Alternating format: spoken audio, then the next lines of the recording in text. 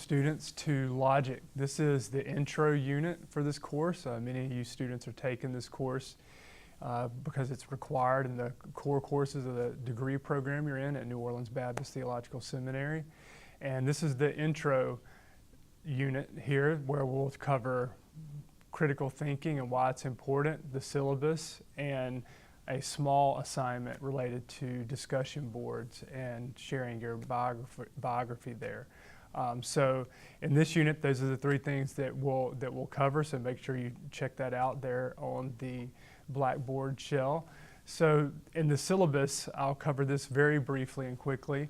The seminary's mission statement, the mission of New Orleans Baptist Theological Seminary is to equip leaders to fulfill the Great Commission and the Great Commandments through the local church and its ministries. And the course description of this course is, it introduces students to the basic principles of logic and critical thinking and how to apply them as part of the Christian intellectual life. Attention will be given to the use of logic in biblical interpretation, theological construction, philosophical explanation, and apologetic and evangelistic presentations. The seminary has 4 core values, and these vary from year to year in our emphasis and what we focus on here at the seminary, so this will be different each year. But these 5 core values are doctrinal integrity, spiritual vitality, mission focus, characteristic excellence, and servant leadership. So check out the syllabus for this course for this semester, and you will see what the core value of this academic year is. The seminary has 7 curriculum competencies. These are biblical exposition, Christian theological heritage, discipleship making, interpersonal relationship skills, servant leadership, spiritual and character formation, and worship leadership. And this course addresses all these curriculum competencies. A note about etiquette for online behavior, as you students are taking this class as an online class and entirely online. Each student is expected to demonstrate appropriate Christian behavior while working online on the discussion board and working online as you interact with other students in a fashion that will promote learning, respect for the opinions of others in the course. The spirit of Christian charity is expected at all times in the online environment in your interaction with me and with other students. And so a note about academic honesty policy, as much of your work will be done or all of your work will be done entirely on your own at home or wherever you do your work on your computer. And some of the work, like quizzes and tests, will be closed books. So all graduate and undergraduate NOBTS students, whether on-campus internet or extension center students, are expected to adhere to the highest Christian standard of honesty and integrity when completing academic assignments for all courses in every delivery format. The Bible provides our standard for academic integrity and honesty, and this standard applies whether a student is taking tests, quizzes, exams, writing papers, completing discussion boards, or any other course requirement. The objectives of this particular course, you students will be introduced to the basic principles of logic by completing all the class units. You'll be introduced to the basic principles of logic by reading the primary text, which we'll get to what that is, and working through numerous homework assignments. Students will demonstrate an understanding of basic principles of logic with tested through quizzes and exams. Students will demonstrate an understanding of basic principles of logic by identifying valid and invalid arguments as well as logical fallacies they encounter through reading and watching television, movies, reading articles, and those sorts of things. The course teaching methodology that we'll be utilizing here will be through instructional videos similar to this introductory videos like this, reading assignments, practical exercises in logic, and quizzes and exams. So another note about web-based learning that is good for you guys to know and know about our approach to it and how your approach should be to it. Web-based courses are by nature a different kind of learning experience than courses taught in the traditional classroom. Because of this structure, this web-based course is more reading and writing intensive than traditional classroom courses. Rigorous study of the deep things of God can be a rewarding experience for anyone who participates in it, but it also calls for extra diligence and integrity in completing the work because you're on your own for the most part. this reality does not mean that a web-based course cannot be successful in equipping you, the student, for effective God-honoring ministry. It simply means utilizing a different strategy. Internet courses allow room for independent learners to thrive, to work at a responsible pace, to engage in student-led discussions, and to take ownership of the learning of the course content. And note that we, your instructors, are praying for your success. Take a note of on the syllabus of tech assistant contacts, so we have a list of those there that may be important and useful to you, since you'll be relying so much on technology in this course. And then a note about grading.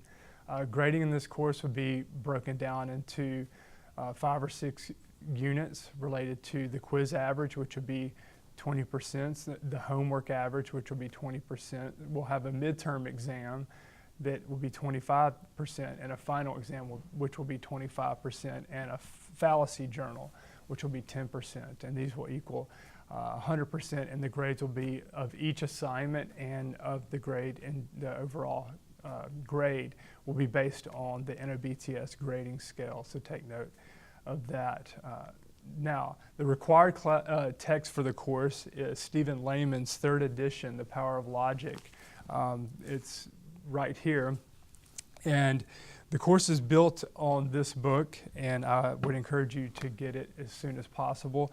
And you can get it anywhere where books are sold. We chose the 3rd edition because it's a tad bit cheaper. There's now 7 editions of this text, but it's a very good text, very clear. He's very clear. And so go ahead and get that book as soon as possible. Now about the assignments.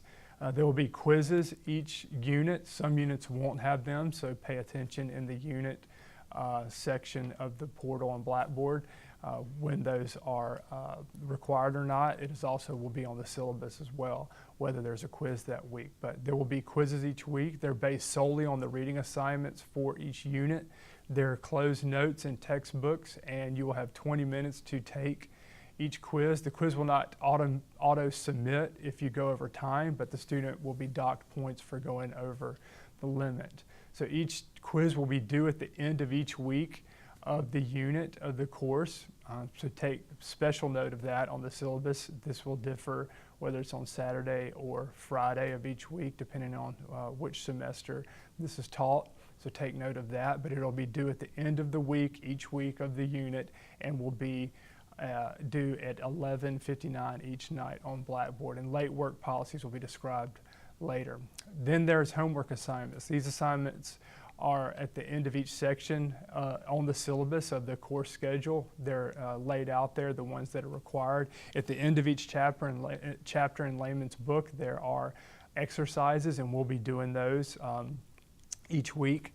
So that's what we'll be doing, and what is required. You won't be doing every exercise in each chapter, and what is required will be clearly laid out in the syllabus and will be laid out in the Blackboard portal as well. And these will help teach you how to practically apply the concepts and the techniques related to the principles of logic covered in each chapter. And these assignments, like the quizzes, are due at the end of each unit week at 11:59 via Blackboard, and late policies will be described later. Now, there's a fallacy journal, and many students ask about this each semester and do well on this. So each student will be required to submit a fallacy journal, and the student will be required to provide an example of each of the informal fallacies in this journal. So the student will, 1, note the fallacy found, 2, describe the example found and how is an example of the fallacy. So we want you to note where it's found. We want you to describe what is going on in the example and explain how it's an example of that fallacy. And 3, provide a reference to the example. There's no strict format about this. It can just be a link to the website, a link to the Twitter post, a link to the Facebook post, a link to the news site, or whatever it is. The easiest way for you to provide for us a way to get to the example, to see it for ourselves. The student may not use any search engine to find an example of the fallacy. For example, the student may not search using the words informal fallacies, fallacy examples, or equivocation examples. You may not intentionally use a search engine to do that, but you may intentionally search for debates. So if you want to listen to a debate or search whether that's in a news broadcast or a more strictly apologetic or philosophical debate, and you may search articles out and to read articles and use a search engine for those kinds of things, but you may not search in a way that gives you the example. The goal of the assignment is for the student to become better at identifying fallacies through the normal course of their interaction with argumentation. So policies about late work. Quizzes of specific units are required to be taken by 11:59 at the end of each week, and no late quizzes will be accepted. I'll repeat, no late quizzes will be accepted. Exercise assignments are due at 11:59 as well at the end of each week. Homework will be accepted for 2 weeks after the due date. If turned in past the due date, 5 points will be deducted from the homework's grade. Once past 1 full week late, 10 points will be deducted from homework grade. And homework will not be accepted after 2 weeks from the due date, and the student will be given a 0 for that assignment. So, like I said, as I close out our coverage of the syllabus, go and take a note of the syllabus in the Blackboard shell, and at the end of the syllabus, there will be a schedule of and a breakdown of each unit, of when the date each unit is due, the topic of each unit, the assignment the reading assignment for each unit, the homework assignment for each unit, and and whether there's a quiz due or not, and the number of the quiz, so you can make sure it corresponds to that unit. So go take special note of that so we know what we're doing. So as I come to a close, we have to discuss why study logic and critical thinking. Well, first, because we're commanded to love God with all our minds, and logic helps us to think and reason correctly. As Matthew 22:37-38 says, "You shall love the Lord your God with your heart and with all your soul and with all your mind." This is the greatest and foremost commandment. It's also important to think clearly in order not to be led astray by false but attractive ideas. As 1 Corinthians 14:20 says, "Brethren, do not be children in your thinking, yet in evil be infants, but in your thinking be mature." And so as we're called to love the Lord God with all of our mind, and we don't want to be led astray by attractive but false ideas, we want to be mature in our thinking, and logic and learning how to reason helps us to do that. And that's the subject of this course, is logic. And logic, it simply means reasoning and being able to reason rightly and identify good reasoning. And logic is also important for believers to speak clearly, and that requires thinking clearly. As 1 Corinthians 14:7-9 says, "If even lifeless instruments such as the flute or the harp do not give distinct notes, how will anyone know what is played? And if the bugle gives an indistinct sound, who will get ready for battle? So with yourselves, if with your tongue you utter speech that is not intelligible, how will anyone know what is said? For you will be speaking into the air." So logic helps us to love God more with all of our mind. It helps us to be able to identify arguments and identify the components of an argument so that we're not led astray by false but attractive ideas. And it also helps us to communicate our own ideas, whether it be in writing or in speech, more clearly, so that we can share the gospel more clearly, so that we can share the scriptures more clearly, that we can share our thoughts more clearly in a way that honors and glorifies God. So I hope that this course will help you to do that as you study. As Charles Pierce says, and this is a good note for us as you enter this coursework, as Charles Sanders Peirce says, he says, really valuable ideas can only be had at the price of close attention. So it's going to take close attention from you through the semester. This course will be like learning a new language for most of you. And as we get into symbolization, it will be all of us learning and actually a new language. And so it's going to take close attention and hard work. So work hard, stay on it daily.